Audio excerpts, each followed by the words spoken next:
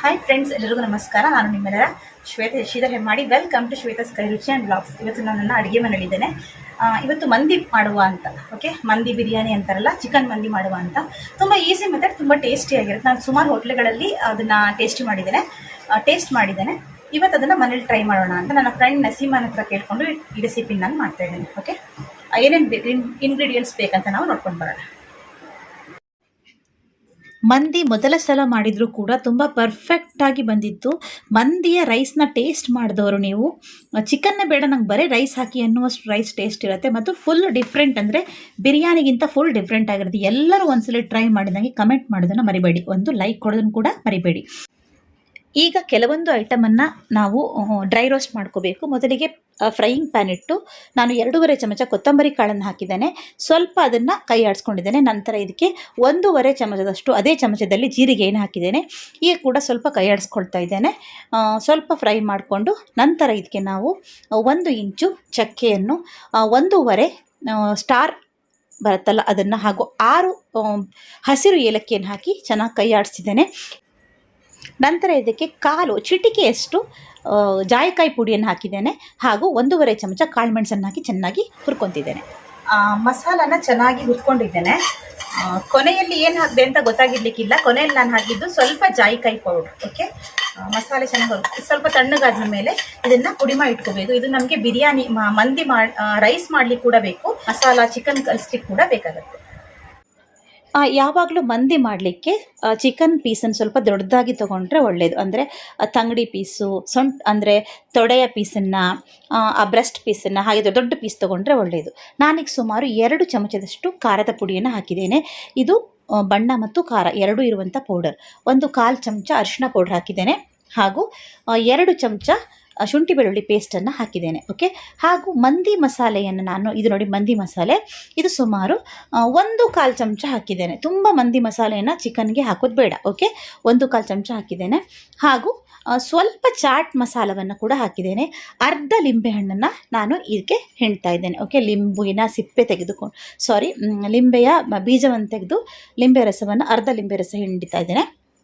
ನಂತರ ಇದಕ್ಕೆ ಸುಮಾರು 2-3 ಚಮಚ ಎಣ್ಣೆ, ಸನ್ಫ್ಲವರ್ ಆಯಿಲ್ನ ಉಪಯೋಗಿಸ್ತಾ ಇದ್ದೇನೆ. ಓಕೆ, ಹಾಗೂ ರುಚಿಗೆ ತಕ್ಕಷ್ಟು ಉಪ್ಪು. ಇದಿಷ್ಟೇ ಈ ಮಸಾಲ, ಚಿಕನ್ ಮಸಾಲ ಕಲಿಸ್ಲಿಕ್ಕೆ. ಓಕೆ, ಇದನ್ನು ಚೆನ್ನಾಗಿ ನಾವು ಕೈಯಲ್ಲಿ ಕಲಿಸ್ಬೇಕು. ನನಗೆ ಕಲಿಸಿದ ನಂತರ ಸ್ವಲ್ಪ ಎಣ್ಣೆ ಕಡಿಮೆ ಆಯಿತು. ನಾನು ನಂತರ ಸ್ವಲ್ಪ ಎಣ್ಣೆ ಆ್ಯಡ್ ಮಾಡಿದ್ದೇನೆ. ನಾವು ಇದಕ್ಕೆ ನೀರು ಏನೂ ಹಾಕೋದಿಲ್ಲ. ಓಕೆ, ಲೆಮನ್ ರಸ ಮತ್ತು ಎಣ್ಣೆ ಇರುತ್ತಲ್ಲ ಅದೇ, ಹಾಗಾಗಿ ಸ್ವಲ್ಪ ಎಣ್ಣೆಯನ್ನು ನೋಡಿ ನಾನು ಇನ್ನೊಮ್ಮೆ ಆ್ಯಡ್ ಮಾಡ್ತಾ ಇದ್ದೇನೆ. ತುಂಬ ಡ್ರೈ ಅನಿಸಿದರೆ ನೀವು ಸ್ವಲ್ಪ ಎಣ್ಣೆಯನ್ನು ಆ್ಯಡ್ ಮಾಡ್ಬೋದು.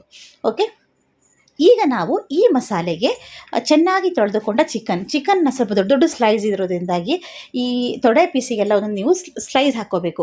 ಈವನ್ ನಿಮಗೆ ಬೇಡ ಆದರೆ ನೀವು ಸಣ್ಣ ಪೀಸ್ ಕೂಡ ಮಾಡ್ಬೋದು, ಬಟ್ ತುಂಬ ಚಿಕ್ಕದಲ್ಲ, ಬಿರಿಯಾನಿ ಪೀಸ್. ಓಕೆ, ನಾನಿವತ್ತು 2 kg ಚಿಕನನ್ನು ತೊಗೊಂಡಿದ್ದೇನೆ. 2 kg ಚಿಕನನ್ನು ನಾನು ಚೆನ್ನಾಗಿ ಈ ಮಸಾಲೆಯಲ್ಲಿ ಕಲಿಸ್ತಾ ಇದ್ದೇನೆ. ನಾನು ಹಾಕಿದ ಈ ಮಸಾಲ 2 kg ಚಿಕನ್ನಿಗೆ ಸರಿಯಾಗಿ ಹೊಂದಿಕೆ ಆಗುತ್ತೆ. ಓಕೆ, ನಿಮ್ಗೆ ಅನಿಸ್ಬೋದು ಅಯ್ಯೋ ಸ್ವಲ್ಪ ಮಸಾಲೆ ಇದೆ, ನನಗೂ ಕೂಡ ಹಾಗೆ ಅನಿಸ್ತು. ಕಲಿಸಿದ ಮೇಲೆ ಅದು ಪರ್ಫೆಕ್ಟಾಗಿ ಬಂತು. ಇದನ್ನು ನಾವೇನು ಮಾಡಬೇಕು, ಸ್ವಲ್ಪ ಹೊತ್ತು, ಅಂದರೆ ಸುಮಾರು ಅರ್ಧ ಗಂಟೆ ರೆಸ್ಟ್ ಮಾಡಲಿಕ್ಕೆ ಬಿಡಬೇಕು. ಫಸ್ಟ್ ನಾವೇನು ಮಾಡಬೇಕು, ಚಿಕನನ್ನು ಚೆನ್ನಾಗಿ ಕಲಸಿ ಫಸ್ಟ್ ಫ್ರಿಜ್ಜಲ್ಲಿ ಇಟ್ಬಿಟ್ರೆ, ಫ್ರೀಜರಲ್ಲಿ ಇಡಬೇಕು. ಇಟ್ಬಿಟ್ರೆ ನಿಮಗೆ ನೆಕ್ಸ್ಟ್ ಏನಾಗುತ್ತೆ, ರೈಸ್ ಎಲ್ಲ ಮಾಡೋ ತನಕ ಅದು ಚೆನ್ನಾಗಿ ಒಂದು ಮಸಾಲೆ ಎಲ್ಲ ಮ್ಯಾರಿನೇಷನ್ ಆಗುತ್ತೆ. ಓಕೆ, ನಾನು ನೋಡಿ ನೀಟಾಗಿ ಕಲಸಿ ಅದನ್ನು ಫ್ರಿಜ್ನಲ್ಲಿ ಮ್ಯಾರಿನೇಟ್ ಮಾಡಿ ಇಡ್ತಾ ಇದ್ದೇನೆ. ಓಕೆ, ಈಗ ನಾನಿವತ್ತು ಈ ಮಂದಿಯನ್ನು ನಾನು long grain rice, okay, basmati ರೈಸನ್ನು ತೊಗೊಂಡಿದ್ದೇನೆ. ಸುಮಾರು 2-3 ಸಲ ಅದನ್ನು ತೊಳೆದು ಅದನ್ನು ನಾವು ಅರ್ಧ ಗಂಟೆ ನೆನೆಸಿಡಬೇಕು. ಓಕೆ, ಈಗ ಅರ್ಧ ಗಂಟೆ ನಾನು ನೀರು ಹಾಕಿ ಅಕ್ಕಿ ಮುಳುಗುವವರೆಗೆ ನೀರು ಹಾಕಿ ನೆನೆಸಿಡ್ತಾ ಇದ್ದೇನೆ. ಈ ಬಿರಿಯಾನಿನ ಬಾಸುಮತಿ ರೈಸ್ನಲ್ಲಿ ಮಾಡಿದ್ರೆ, ಈ ಮಂದಿಯನ್ನು ಬಾಸುಮತಿ ರೈಸ್ನಲ್ಲೇ ಮಾಡಬೇಕು, ತುಂಬ ಚೆನ್ನಾಗಿ ಬರುತ್ತೆ. ಈಗ ನಾನು ಇಡ್ಲಿ ಮಾಡ್ತಿದ್ದೀನಿ ಅಂತ ಅಂದ್ಕೋಬೇಡಿ, ಇಡ್ಲಿ ಪಾತ್ರೆನ ಇಟ್ಟಿದ್ದೇನೆ. ಇದು ಒಂದು ಮೇಯ್ನು. ಇದರಿಂದಾಗಿ ನಾವು ಮಾಡುತ್ತಿರೋ ಚಿಕನ್ ತುಂಬ ಜ್ಯೂಸಿಯಾಗಿ ಒಳ್ಳೆ ರೀತಿ ಬರುತ್ತೆ. ನಾನೀಗ ಆಲ್ರೆಡಿ ಅರ್ಧ ಗಂಟೆ ನೆನೆಸಿಟ್ಟ ಚಿಕನನ್ನು ದೊಡ್ಡ ಇಡ್ಲಿ ಪಾತ್ರೆ ನಂದು, ಹಾಗಾಗಿ ಎಲ್ಲ 2 kg ಚಿಕನ್ ಕೂಡ ಅದರೊಳಗೆ ಹಿಡಿಯಿತು. ಓಕೆ, ತಳಭಾಗದಲ್ಲಿ ನಿಮ್ಗೆ ಗೊತ್ತು, ಇಡ್ಲಿ ಬೇಯಿಸುವಾಗ ನೀರು ಹಾಕ್ತೀವಲ್ಲ, ಆ ರೀತಿ ನೀರು ಹಾಕಿ ಈ ಚಿಕನನ್ನು ಸ್ಟೀಮ್ ಮಾಡಬೇಕು. ನಾವು ಮ್ಯಾರಿನೇಟ್ ಮಾಡಿಟ್ಟ ಚಿಕನನ್ನು ಸ್ಟೀಮ್ ಮಾಡಬೇಕು. ಸುಮಾರು 1/4 ಗಂಟೆ 20 ನಿಮಿಷ ಎಲ್ಲ ಮಸಾಲೆ ಎಲ್ಲದೂ ಅದರೊಳಗೆ ಹೋಗಬೇಕು. ಒಂಚೂರು ಮಸಾಲೆ ಇಡಬೇಡಿ, ಸ್ಟೀಮ್ ಮಾಡಬೇಕು. ಇದು ಮೇನ್ ಪ್ರೋಸೆಸ್. ಓಕೆ, ಒಂದು 20 ನಿಮಿಷ ಸ್ಟೀಮ್ ಮಾಡಿದ ನಂತರ ಚಿಕನ್ ಒಳ್ಳೆ ರೀತಿಯಲ್ಲಿ ಈ ಸ್ಟೀಮಲ್ಲಿ ಬೇಯುತ್ತೆ. ಓಕೆ ನೋಡಿ, ಸ್ಟೀಮಲ್ಲಿ ಚಿಕನ್ ಒಳ್ಳೆ ರೀತಿ ಬೆಂದಿದೆ. ಈಗ ಇನ್ನೊಂದು ಪ್ರೋಸೆಸ್, ಒಂದು ಅಗಲವಾದ ಪಾತ್ರೆ ತೊಗೊಂಡಿದ್ದೇನೆ, ಅದರಲ್ಲಿ ಸುಮಾರು 5-6 ಚಮಚ ಸನ್ಫ್ಲವರ್ ಆಯಿಲನ್ನು ಹಾಕ್ತಾ ಇದ್ದೇನೆ.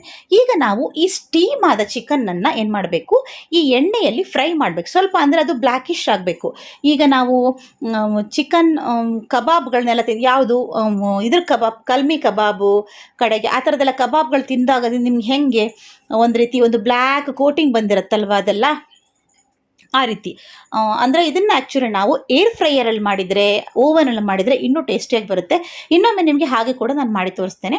ಸಣ್ಣ ಉರಿಯಲ್ಲಿ ಸ್ವಲ್ಪ ಎಣ್ಣೆ ಸಾಕು, ತುಂಬ ಎಣ್ಣೆ ಹಾಕಬೇಕಂತಿಲ್ಲ. ಮುಚ್ಚಿ ಇದನ್ನು ಬೇಯಿಸಿದಾಗ ನೋಡಿ ಒಳ್ಳೆ ಚಿಕನ್ನಿಗೆ ಬಣ್ಣ ಬರುತ್ತೆ. ಆಲ್ರೆಡಿ ಬೆಂದಿರುವ ಚಿಕನ್ನ ನಾವೇನು ಮಾಡ್ತಿದ್ದೀವಿ, ಫ್ರೈ ಮಾಡ್ತಿದ್ದೀವಿ, ಅಂದರೆ ಸ್ವಲ್ಪ ಮೇಲ್ಭಾಗ ಗರಿ ಆಗುವ ಹಾಗೆ. ಈಗ ನೋಡಿ ತಳಭಾಗದಲ್ಲಿಟ್ಟಿರೋ ನೀರಿಗೆ ಎಲ್ಲ ಮಸಾಲೆ ಎಳೆದು ಇದು ಒಂದು ಒಳ್ಳೆ ಟೇಸ್ಟಿ ವಾಟರ್ ರೆಡಿಯಾಗಿದೆ, ನೀರು. ಓಕೆ, ಇದನ್ನು ನಾವು ಅನ್ನ ಮಾಡಲಿಕ್ಕೆ ಬಳಸ್ತೇವೆ. ಈಗ ನಾನು ದೊಡ್ಡ ಒಂದು ಬಿರಿಯಾನಿ ಪಾಟ್ ತೊಗೊಂಡಿದ್ದೇನೆ, ಅದರಲ್ಲಿ ಎಣ್ಣೆ ಹಾಗೂ ತುಪ್ಪ ಎರಡನ್ನೂ ಹಾಕಿದ್ದೇನೆ. ಕಡೆಗೆ ಬೇ ಲೀಫ್ ಹಾಕ್ತಾ ಇದ್ದೇನೆ, ಒಂದು ಚಕ್ಕೆ ತುಂಡನ್ನು ಹಾಕಿ ಸುಮಾರು 2 kgಗೆ ಸುಮಾರು 6-7 ನೀರುಳ್ಳಿಯನ್ನು ತೆಳ್ಳಗೆ ಹೆಚ್ಚಿ ನಾನು ಇದಕ್ಕೆ ಆ್ಯಡ್ ಮಾಡ್ತಿದ್ದೇನೆ. ಸ್ವಲ್ಪ ಮುಚ್ಚಿ ಬೇಯಿಸೋದ್ರಿಂದಾಗಿ ನೀರುಳ್ಳಿ ಹೀಗೆ ನಾವು ಹಾಕಿರೋ ಅಂಶ ಎಲ್ಲ ಬೇಗ ಬೇಯುತ್ತೆ, ತರಕಾರಿ ಎಲ್ಲ. ಓಕೆ, ನಾವೀಗ ನಾನು ಹಸಿಮೆಣಸು ಹಾಕ್ತಾ ಇದ್ದೇನೆ. ಹಸಿಮೆಣಸು ನಾನೊಂದು 10-12 ಹಸಿಮೆಣಸು ಹಾಕಿದ್ದೇನೆ, ಯಾಕಂದ್ರೆ ಸ್ವಲ್ಪ ರೈಸ್ ಕೂಡ ಟೇಸ್ಟಿ ಆಗಬೇಕು, ಖಾರ ಬರಬೇಕು. ಇದಕ್ಕೆ ಸುಮಾರು ಹಸಿಮೆಣಸು ಬೆಂದ ನಂತರ 1.5 ಚಮಚ ಇದಕ್ಕೆ ಶುಂಠಿ ಬೆಳ್ಳುಳ್ಳಿ ಪೇಸ್ಟ್ ಹಾಕಿ ನಾನು ಇದು ನೋಡಿ ಸ್ವಲ್ಪ ಪ್ಲೇಟ್ ಮುಚ್ಚಿ ಅದನ್ನು ಕೈ ಆಡಿಸಿ ಮುಚ್ಚಿಡ್ತಿದ್ದೇನೆ. ನಂತರ ರುಚಿಗೆ ತಕ್ಕಷ್ಟು ಉಪ್ಪು ಹಾಕಿದ್ದೇನೆ. ಉಪ್ಪನ್ನ ಹಾಕಿ ನೋಡಿ ಎಷ್ಟು ಚೆನ್ನಾಗಿ ಚಿಕನ್ ಫ್ರೈ ಆಗಿದೆ. ನಾವು ಒಂದು ಬದಿ ಚಿಕನ್ ಫ್ರೈ ಮಾಡ್ತಿದ್ದೇನೆ, ಇನ್ನೊಂದು ಕಡೆ ಅನ್ನ ಮಾಡಲಿಕ್ಕೆ ಇಟ್ಟಿದ್ದೇನೆ. ಓಕೆ ನೋಡಿ, ಇಷ್ಟು ಎರಡು ಥರ ನಾವು ಒಂದು ಸಲ ಮಾಡಿ ತೆಗೆದು ಇನ್ನೊಂದು ಸಲ ಕೂಡ ರೆಡಿ ಆಗ್ತಾ ಇದೆ. ಇಲ್ಲಿ ನೀರುಳ್ಳಿ ಎಲ್ಲ ಬೆಂದಿದೆ.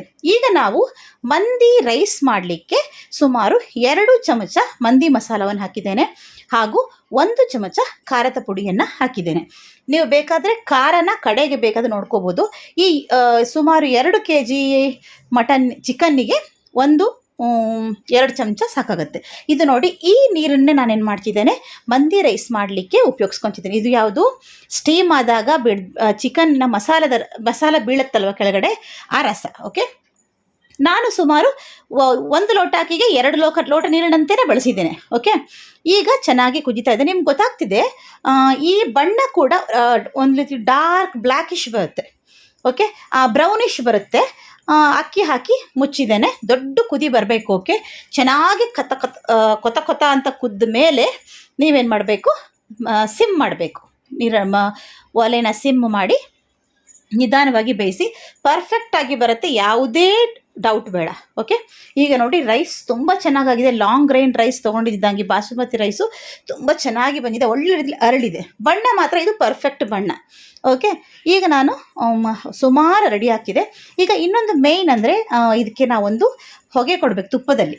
ಓಕೆ, ಇದೇನಂದರೆ ನಾನು ಮನೇಲಿ ಗರಟೆ ಇರುತ್ತಲ್ವ, ಅದನ್ನು ಸ್ವಲ್ಪ ಹಚ್ಕೊಂಡು ನಾನು ಕಡೆಗೆ ಅದನ್ನು ಹೊರಗಡೆ ತಂದಿಟ್ಟೆ. ಗ್ಯಾಸಲ್ಲೇ ಇದ್ದಾಗ ಡೇಂಜರ್ ಅಲ್ವ ಅಂತ ಹೊರಗಡೆ ತಂದಿಟ್ಟು ಫುಲ್ ಹಚ್ಚೋ ತನಕ ಅದನ್ನು ನಾನು ಗರಟೆನ ಸುಡ್ತಾ ಇದ್ದೀನಿ. ತುಂಬ ಜನ ಮನೇಲಿ ಧೂಪ ಎಲ್ಲ ಹಾಕುವಾಗ ಹೀಗೆ ಮಾಡ್ತಾರೆ, ಅದೇ ರೀತಿ. ಈಗ ಅನ್ನ ಪರ್ಫೆಕ್ಟ್ ಆದ ನಂತರ ಅದರ ಮೇಲೆ ನಾವು ಮಾಡಿಟ್ಟ ಚಿಕನನ್ನು ಹಾಕಿ ಮಧ್ಯೆ ಈ ಗರಟೆನ ಸುಟ್ಟಿದ್ದೀನಲ್ವ, ಅದು ಬೌಲಲ್ಲಿ ಹಾಕಿ ಇಟ್ಟಿದ್ದೇನೆ. ಅದಕ್ಕೆ ನೀವು ಸುಮಾರು 2-3 ಚಮಚ ತುಪ್ಪವನ್ನು ಹಾಕಿ ತಕ್ಷಣ ಅದನ್ನು ದಮ್ ಮಾಡಬೇಕು. ಈ ದಮ್ ಮಾಡುವ ಹಂತದಲ್ಲಿ ನೀವು ಕೆಲವೊಬ್ಬರು ಗೋಧಿ ಹಿಟ್ಟನ್ನು ಕೂಡ ಸೈಡ್ ಹಚ್ತಾರೆ. ಬೇಕಾದರೆ ಒಂದು ದೊಡ್ಡ ಪಾತ್ರೆಯನ್ನು ಅದರ ಮೇಲೆ ಇಡ್ಬೋದು. ಈಗ ನಾನು ಒಂದು ಸಣ್ಣ ಒಗ್ಗರಣೆ ಬಾಣಲಿಗೆ ತಗೊಂಡು ಅದಕ್ಕೆ ಸುಮಾರು 3 ಚಮಚ ತುಪ್ಪ ಹಾಕ್ತಾ ಇದ್ದೇನೆ. ಆ ತುಪ್ಪ ಚೆನ್ನಾಗಿ ಕಾದ ನಂತರ ಒಂದು ನೀರುಳ್ಳಿಯನ್ನು ಸಣ್ಣಗೆ ಹೆಚ್ಕೊಂಡು ಅದಕ್ಕೆ ಹಾಕ್ತಾಯಿದ್ದೀನಿ. ನೀರುಳ್ಳಿ ಚೆನ್ನಾಗಿ ಹೊಂಬಣ್ಣ ಬರಬೇಕಂದ್ರೆ ಒಂದು ಗೋಲ್ಡನ್ ಬ್ರೌನ್ ಬಣ್ಣ ಬರಬೇಕು. ಓಕೆ, ಇದು ನಾವು ಮಂದಿಗೆ ಮಾಡುತ್ತಿರೋ ಒಗ್ಗರಣೆ. ಓಕೆ ನೋಡಿ, ಚೆನ್ನಾಗಿ ಹೊಂಬಣ್ಣ ಬಂದಿದೆ. ಈಗ ನಾನು ಒಂದು 10-15 ದ್ರಾಕ್ಷಿನ ಹಾಕ್ತಾ ಇದ್ದೇನೆ. ಒಂದು 10-12 ಗೋಡಂಬಿಯನ್ನು ಕೂಡ ಹಾಕ್ತಾ ಇದ್ದೇನೆ. ಇದು ಕೂಡ ಅಂದರೆ ನೀರುಳ್ಳಿ ಬ್ರೌನಿಶ್ ಆದ ನಂತರ ನೀವು ಗೋಡಂಬಿ ದ್ರಾಕ್ಷಿಯನ್ನು ಆ್ಯಡ್ ಮಾಡಬೇಕು. ಈಗ ಒಳ್ಳೆ ಬಣ್ಣ ಬಂದಿದೆ. ಈಗ ನಾನು ಇಲ್ಲಿ ಇದಕ್ಕೆ ಪರಿಮಳ ಬರಲಿಕ್ಕೋಸ್ಕರ ಇದೆಲ್ಲ ಮೇಯ್ನು, ಇದನ್ನು ಮಾಡಲೇಬೇಕು. ಆವಾಗ ಮಾತ್ರ ನಿಮ್ಗೊಂದು ರೀತಿ ಆ ಪರಿಮಳ ಬರುತ್ತಲ್ಲ, ಬರ್ನ್ ಸ್ಮೆಲ್ ಬರುತ್ತಲ್ಲ, ಅದು ಬಂದರೆ ಮಾತ್ರ ಮಂದಿ ತುಂಬ ಚೆನ್ನಾಗಾಗತ್ತೆ. ಓಕೆ, ಈಗ ನಾನು ಈ ಒಗ್ಗರಣೆಯನ್ನು ಇದ್ರ ಮೇಲೆ ಹಾಕ್ತಾ ಇದ್ದೇನೆ. ನೀವು ಒಂದು ಹೊಗೆ ಕೊಟ್ಟಿದ್ರಲ್ವ ಬರ್ನು, ಅದು ಇದ್ರದ್ದು ನಿಮ್ಮಲ್ಲಿ ಇದ್ದಿಲಿದ್ದರೆ ಅದರಿಂದ ಕೂಡ ಕೊಡ್ಬೋದು. ನಮ್ಮಲ್ಲಿ ಇಲ್ಲ, ಹಾಗೆ ನಾನು ಇದು ಮಾಡಿದ್ದೇನೆ. ಈಗ ಮೇಲೆ ಸ್ವಲ್ಪ ಕೊತ್ತಂಬರಿ ಸೊಪ್ಪನ್ನು ಉದುರಿಸಿ ಈ ಮಾಡಿದ ಒಗ್ಗರಣೆಯನ್ನು ಕೂಡ ಹಾಕಿ ಒಂದು ಕಾಲು ಗಂಟೆಯಿಂದ 20 ನಿಮಿಷ ನೀವೇನು ಮಾಡಬೇಕು, ಮುಚ್ಚಿ ಹಾಗೆ ಇಡಬೇಕು, ತೆಗಿಲೇಬಾರ್ದು. ಓಕೆ, ಈಗ ನಾನು ಇದಕ್ಕೆ ಮಂದಿಗೊಂದು ಚಟ್ನಿ ಅಂತ ಮಾಡ್ತಾರೆ, ಅದನ್ನು ಮಾಡ್ತಾ ಇದ್ದೇನೆ. ಒಂದು ಸಣ್ಣ ತುಂಡು ಈರುಳ್ಳಿ, ಒಂದು ಟೊಮ್ಯಾಟೊ, 2 ಬೆಳ್ಳುಳ್ಳಿ ಹಾಗೂ 1 ಹಸಿಮೆಣಸನ್ನು ತೊಗೊಂಡಿದ್ದೀನಿ. ಸ್ವಲ್ಪ ಕೊತ್ತಂಬರಿ ಸೊಪ್ಪು, ಸ್ವಲ್ಪ ಉಪ್ಪು, ಸ್ವಲ್ಪ ವೆನಿಗರ್ ಹಾಗೂ 1/4 ಚಮಚ ಅಥವಾ ಅರ್ಧ ಚಮಚ ಇದಕ್ಕೆ ಟೊಮ್ಯಾಟೊ ಕೆಚಪ್ಪನ್ನು ಹಾಕಿ ಚೆನ್ನಾಗಿ ಮಿಕ್ಸಿ ಮಾಡಬೇಕು. ನೀರೇನು ಹಾಕೋದು ಬೇಡ. ಈಗ ಮಂದಿ ಚಟ್ನಿ ರೆಡಿ ಆಗುತ್ತೆ. ಇದಕ್ಕೆ ಮಂದಿ ಚಟ್ನಿ ನಮಗೇನು ಅಷ್ಟೇನು ಬೇಕು ಅಂತ ಅನಿಸಿಲ್ಲ, ನಮಗೆ ಮಂದಿ ಬಿರಿಯಾನಿನೇ ಸೂಪರಾಗಿತ್ತು ನೋಡಿ. ಲಾಸ್ಟಲ್ಲಿ ನಮ್ಮ ಇಷ್ಟು ಶ್ರಮ ಪಟ್ಟದಕ್ಕೋಸ್ಕರ ಒಳ್ಳೆ ಒಂದು ಮಂದಿ ಬಿರಿಯಾನಿ ರೆಡಿ ಆಯಿತು. ನನಗೆ ಮಂದಿ ಮಾಡೋದು ಅಂಥದ್ದೇನು ಕಷ್ಟ ಅಂತ ಅನಿಸ್ಲೇ ಇಲ್ಲ. ಯಾಕಂದರೆ ಬಿರಿಯಾನಿಗೆ ಮಂದಿ ಅಂತ ಹೇಳ್ಬೇಕಾದ್ರೆ ಬಿರಿಯಾನಿ ಬರ್ತಿದೆ, ಸಾರಿ, ಬಿರಿಯಾನಿ ಮಾಡೋದೇ ಕಷ್ಟ ಅಂತ ಅನ್ನಿಸ್ತು. ಮಂದಿ ಮಾಡೋದು ಏನೂ ಕಷ್ಟ ಇಲ್ಲ. ಬಟ್ ನಮ್ಮ ಮನೇಲಿ ಮಾಡಿದ ಮಂದಿ ಆ್ಯಕ್ಚುಲಿ ರೈಸು ಎಲ್ಲರೂ ಚಿಕನ್ ಚಿಕನ್ ಹೋಳು ಬೇಡ ನನಗೆ ರೈಸ್ ಹಾಕಿ ಅಂತ ಅಷ್ಟು ಚೆನ್ನಾಗಿ ತಿಂದರು. ತುಂಬ ಟೇಸ್ಟಿಯಾಗಿ ಬಂದಿತ್ತು. ಎಲ್ಲರೂ ಟ್ರೈ ಮಾಡಲೇಬೇಕಾದ ರೆಸಿಪಿ. ನನ್ನ ಹಸ್ಬೆಂಡ್ ಮತ್ತು ಮಕ್ಕಳಿಗೆ ತುಂಬ ಇಷ್ಟ ಆಯಿತು. ಹಾಗೂ ನಸೀಮಂಗೆ ಕೂಡ ಒಂದು ಥ್ಯಾಂಕ್ಸ್ ಹೇಳಿದೆ. ಅವಳೇ ಹೇಳಿಕೊಟ್ಟ ರೆಸಿಪಿ ಇದು ತುಂಬ ಪರ್ಫೆಕ್ಟಾಗಿ ಬಂದಿತ್ತು. ಮತ್ತು ಮಾಡಿದ ರೆಸಿಪಿ ಒಂದು ಟೇಸ್ಟ್ ಆಗಿದೆ, ಚೆನ್ನಾಗಾಗಿದೆ ಅಂತ ಹೇಳಿದರೆ ಅದಕ್ಕಿಂತ ಒಂದು ಸಂತೋಷ ಬೇರೆ ಏನಿಲ್ಲ. ತುಂಬ ಟೇಸ್ಟಿಯಾಗಿತ್ತು. ನಾನು ಕೂಡ ಎಂಜಾಯ್ ಮಾಡಿದೆ. ಮನೆಯಲ್ಲಿ ನನ್ನ ಮಕ್ಕಳು, ನನ್ನ ಹಸ್ಬೆಂಡ್ ಕೂಡ ಎಂಜಾಯ್ ಮಾಡಿದರು. ಇನ್ನೊಮ್ಮೆ ನಾನು ಇನ್ನೊಂದು ಒಳ್ಳೆಯ ರೆಸಿಪಿಯೊಂದಿಗೆ ಆದಷ್ಟು ಬೇಗ ಬರ್ತೇನೆ. Thank you.